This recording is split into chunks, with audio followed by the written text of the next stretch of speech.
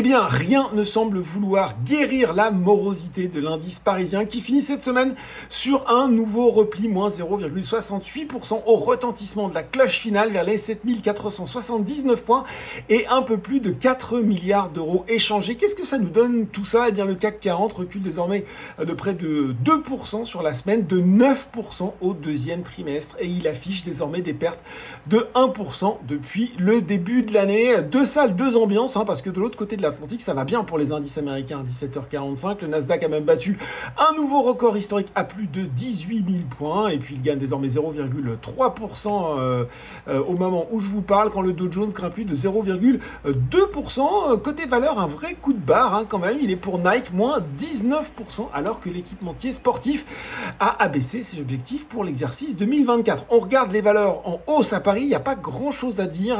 Fraîchement revenu sur le SBF 120, Casino s'impose devant Viridienne, ST Micro et Fusion Group. Il y a plus de choses à raconter sur le compartiment des baisses, notamment, chaque jour, c'est un nouvel épisode pour la série Atos.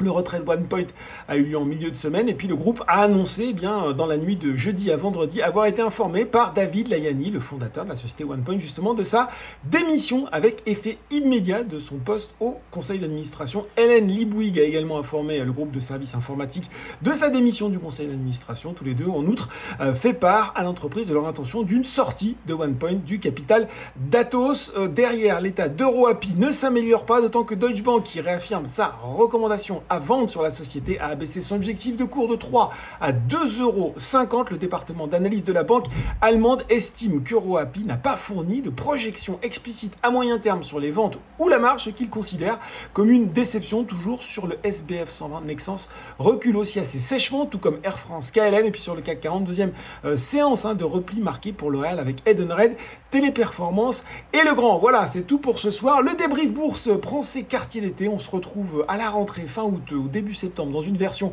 sans doute un petit peu remaniée. En attendant, n'oubliez pas, tout le reste de l'actu éco et finance est sur Boursorama.